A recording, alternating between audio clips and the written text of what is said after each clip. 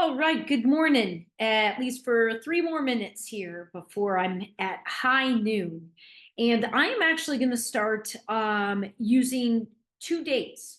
I'm going to start with the matrix date, right? The Gregorian calendar date, which is 8/8/24, the Lion's Gate, which we're going to talk about here in a second.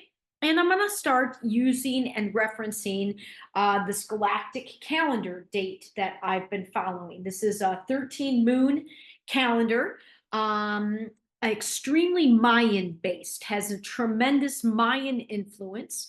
It is referenced as a galactic calendar, however, and not isolated to any particular civilization or segment of the world. It's the man through whom this particular version of a 13 moon calendar came through. His name was Jose Arguelles. Very much was adamant about it being referenced as sort of a calendar applicable to all, not just any particular segment, civilization of society here on planet Earth. So I'm going to start referencing this date as well. I fully acknowledge that most people will not understand what that is. I don't really care. I'm going to start doing it because I very much believe that this is a super powerful tool. I resonate strongly with the idea that aligning to artificial time, which I believe the Gregorian calendar is, it's artificial. When you think about time being something that's supposed to be a measure standard, and by definition in science, when you are measuring something, it's consistent.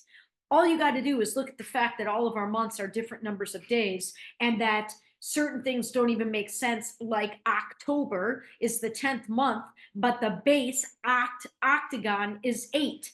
Deci is 10, is base 10, but December is the 12th month.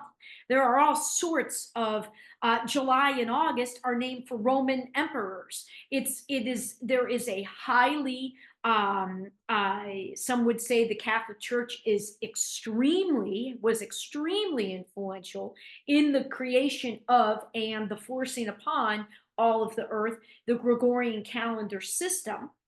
I'm not here to debate that, but if you just look at it from those basic things, it's irregular, it's mechanistic, it's artificial. It certainly it doesn't make any sense to me when you compare it to aligning to the moon cycle, something that is in as part of nature. Now, there are some out there in the alternative media world that would say that perhaps even everything cosmically could perhaps be, I don't want to say a gigantic hoax, but that even the ideas of things in space, the moon being one of them, not necessarily real. Again, I am not here to debate that. I do not have enough information on any of these things. I'm just sharing something that resonates to me as making more sense when tracking this thing we call time, because I believe that is one of the greatest tools that has been used to pull humanity out of its connection to what is divine, is this forced upon mechanistic artificial way of tracking this thing called time, and then further putting the mantra of time is money on top of it has really disconnected us at large. So I have been utilizing this calendar for now. This is the 15th cycle that I have started, and this calendar is just ending its second week in the new year. And there are 13 tones of creation. They're called tones of creation that represent each one of the 13 moons. The first moon is called the magnetic moon of purpose. Magnetic is the first tone of creation. So this is the magnetic moon of purpose. And we are on this date right here, which is the 14th day out of 28 for the month. So this is called magnetic 14. All right. Now that's all I'm going to share on that. Soon I will have some way of connecting to my 13 moon calendar it's intended to be a workshop, but really it's more of a presentation. And right now it's only in PowerPoint form. I've only delivered it one time as a practice in my home. I haven't done anything else with it, but in that presentation, I go through a basic introduction of this particular calendar system. So, long explanation short. Today in the Gregorian matrix calendar year is 8824. In the galactic calendar, dream spell calendar that I've been following, it is magnetic 14. Today is also, as part of the 8824 in the Gregorian calendar, it is known as what's called the Lion's Gate portal. What is the Lion's Gate portal? Well, the ancient Egyptians were very much aligned to the star Sirius. Interestingly, the heliacal rising of the star Sirius, and that is actually that star's tracking as it pertains to the Earth's orbit with it. The heliacal rising is when you can first see on the horizon here on planet Earth, on the horizon at dawn, when you can first see the star Sirius is right around this time frame. And for the Egyptians, that was a key astrological marking point in their civilization. That is also the reason why this calendar's first day is on July 26th. It's also directly related to what the Lion's Gate is related to, the star Sirius. It's the brightest star in our night sky. So the Lion's Gate, today's spiritual portal, is the alignment of the star Sirius, our star, the sun, Earth, and Orion's belt. And the way that all of those things align on this date every year is what collectively is known as the Lion's Gate portal. And the Lion's Gate portal is basically with all of this energy alignment, the thought spiritually is that there is a tremendous amount of energy being sent down our way, able to be absorbed, received, and therefore lead to increased manifestation of goals and just a lot of exchange and receiving of divine energy. Okay. Today also happens to be the 1 year anniversary of my publication date of my very first book, 7 Soul Igniting Suggestions for Feeling Greater Inspiration, which I very purposely launched on the Lion's Gate last year. As I've alluded to before, numbers have tremendous meaning for me. I am somebody who really would love to dive more into numerology. I've read some books on ascended numerology, but I don't have a walking knowledge of it per se. But I do utilize numbers very much on my journey when making decisions, when assessing things. And I don't, I'm not going to make necessarily a life and death decision on any one set of things that involve numbers, but I very much take them into consideration. And I did that in the publication of this, and I used the dates on this galactic calendar in that way as well. So lots of energy coming in today for those that want to believe it and are open to it. And I wanted to take the opportunity to chat a little bit about living in the now moment in a world that is centered around anything but the now moment. I referenced a few videos ago Eckhart Tolle's book, The Power of Now. And I tend to also believe and align to that perspective that everything that's ever existed, everything that currently exists, and everything that will ever exist is already in existence right now. There is only the now moment and infinite perspectives of that now moment, infinite dimensions, frequency bands, vibrational bands, if you will. And one of the greater spiritual truths being that it is and has been unbelievably challenging to have that new understanding, relatively new now. For me, it's been almost 14 years, but trying to align and working to align my life to the power of the now moment in a world at large that has us either freaking out and complaining about and being victims to our past wounds, or freaking about and worrying and being anxious about future things that may or may not happen.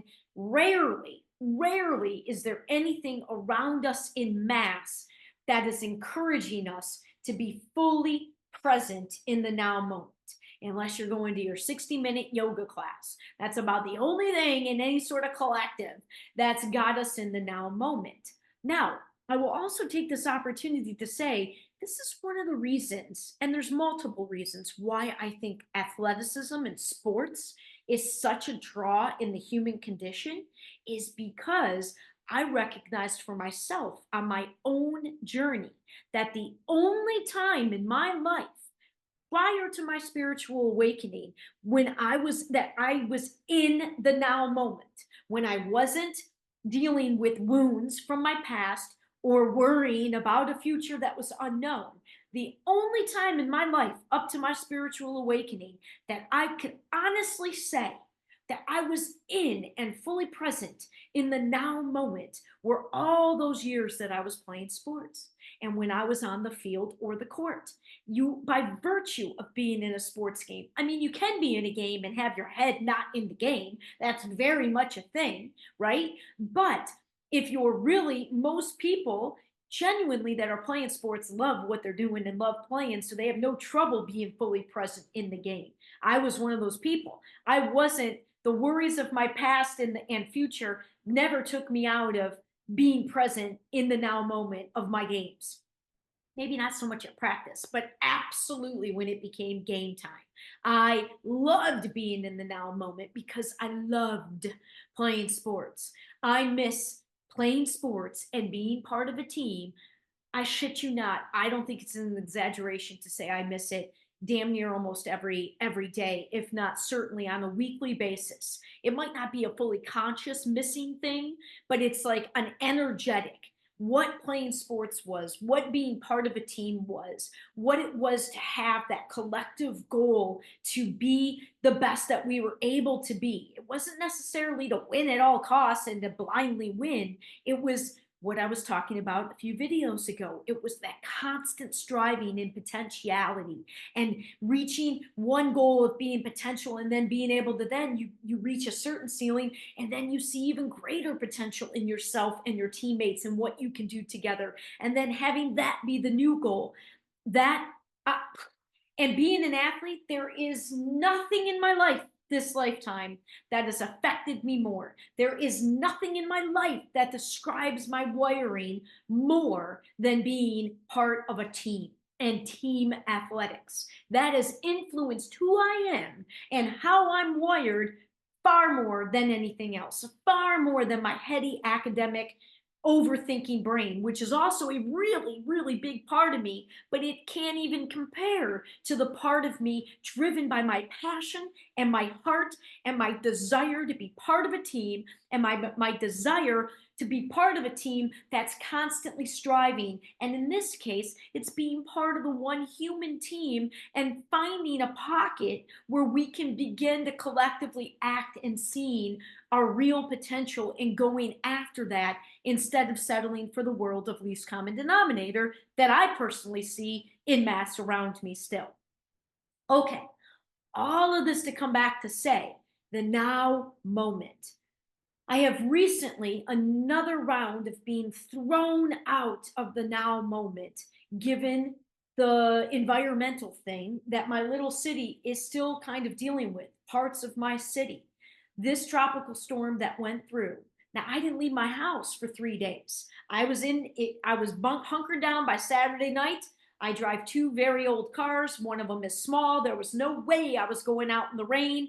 I don't even like driving either one of those cars when it's a regular Florida thunderstorm, let alone a tropical storm. So I was hunkered in by Saturday night, pretty much ready to go nowhere for at least 2 days. Then I had some housework planned for my roof on Tuesday that was pre-scheduled, and they were here a good chunk of the day. So I ended up not leaving the house until yesterday. I was not, remember, I don't have a TV. I don't stay in constant contact of anything.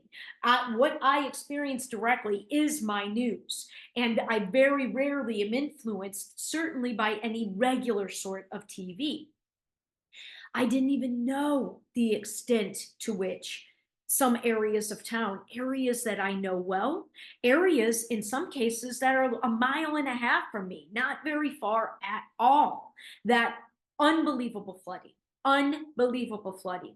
In one particular area where I've biked before out by Rothenbach Park, I know exactly where that was when I watched the helicopter footage. I know exactly what neighborhood that is. A new neighborhood that's not even technically in a flood zone.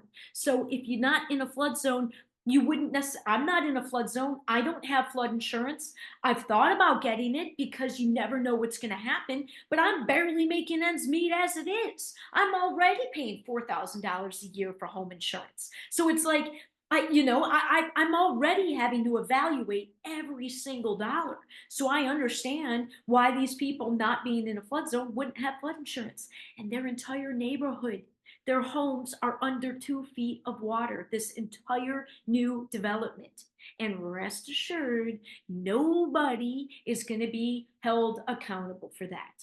In this city that continues, in a state that continues to develop and develop and develop and knock down tree after tree after tree with seemingly no connection or care for what we already know scientifically, let alone the fact that the environmental models that these folks are making decisions are arguably changing, just like everything else in this world, faster than we're keeping up with. So I bring that all up because it makes it really, really hard to be fully focused as I continue to try to get the momentum back to being fully positive, hopeful in the now moment, and working on all of these things that I've been talking about, working to bring into physical manifestation a very new version of an abundance based, love based, cooperation based world that I know is true amidst a world that's anything but that, and trying to be fully present in a state where it's hard to think about being here long term. It's hard to think about, man, when is it going to make sense to just put the house up and leave? But I've been here my entire adult life, not in Sarasota, but I've been in Sarasota 13 years. But I think I'm in my 14th, maybe I'm in my 15th year now. I've been in Florida my entire adult life, save the 10 months in Michigan in 2010 into 2011, and the 14 months that I lived in Seattle from 2011 to 2012. I have been in Florida every other bit of my entire adult life from 18 and a half years old until I'm going to be 49 in a few months. That's a long time. And I've got unique work in the event world where a lot of my work is locally based within the state, but a lot of it is within an hour and a half of where I live. I've got an older neighbor who's the very closest of friends to me. She's a soul sister. She's part of my soul family. She has no kids. Her spouse is long deceased. I have a hard time imagining leaving her, and she's been here over 40 years. She's not going to go anywhere at 72 years old. Like, I don't want to leave yet. There's nowhere that makes sense for me to go yet. I've never believed I was going to be here for the rest of my life, but I've got a lot invested in here. And this is not saying, what about, yes, Florida is comprised of tons of transplants, but I happen to know a lot of people that are born and bred in this state. This is their home. What's going to happen as things continue with these storm systems and in a world where I don't know. I know this isn't necessarily going to come across completely eloquently or even making sense. My point is that I have been pulled once again, as I found this great flow in the now moment. I've been pulled again out of the now moment by virtue of very real things facing where I live, and trying to then make decisions in the now moment that will serve me best, for what we don't know is going to happen, what may or may not happen in the future. But then you do have realistic predictions, and then trying to be responsible, it's overwhelming. And simultaneously, two amazing women, alternative media women that I am huge fans of, Emily Moyer and Danny Katz. They have a regular show live on YouTube on Wednesday nights. I didn't catch it live last night, so I listened to it this morning. I was doing some stuff around the house, and they're awesome. These women are brilliant. They have the highest of integrity in my humble opinion. I do not think they can be bought in any way with what's going on in the world. They were huge. They've been huge on my further awakening journey to the global agenda that I did not know was in existence until COVID happened. So these two women have been key, especially Emily's network. I've since become very much somebody that listens to a lot of the wide variety of people that Emily has in her network. And I am impressed by every single one. These are incredibly intelligent people. These are people that, from my heart read on them, is that they have insane integrity, levels of integrity. They're all coming at these times from different angles, and they've all been going down the rabbit holes for a lot longer and way more and deeper than I ever have and likely ever will, right? So they've been very big on my journey in the past 4 years. In last night's episode, they were talking about some more shenanigans going on at the World Health Organization, the WHO, and how the US is pulling some really sneaky, scary shit, again, related to changing the rules of pandemic. And they're basically lining us up again for another round of, I'm going to call them death shots, because that is what I believe that I believe. I can't tell you exactly what's going on, but I knew within a week I smelled something rotten in the kitchen with regards to all of the health stuff that started in 2020. Don't think that it's over. And I'm not a fear-based person, not in any way, shape, or form. But it again, I'm pulled out of the now moment, because as soon as when they were starting to talk about what has just been pushed through at the World Health Organization, with the US pushing it through, and how shady it is and how nerve-wracking it is, because they're setting the stage for another similar type thing of what happened in 2020. And in 2020, I personally lost all my work, like a lot of people did, and really became really shunned for my seemingly minority opinion of not putting that stuff into my body, which I never did, and calling bullshit on the whole official narrative, which was not popular. It was not an easy thing to do, and I wasn't even doing it that publicly. And it was still very, very detrimental to my little world. So I'm not real excited about perhaps another round coming, although I've been prepared for that, because, like I said in a video that was actually censored on my channel, I don't even know that an election's even going to be allowed to have.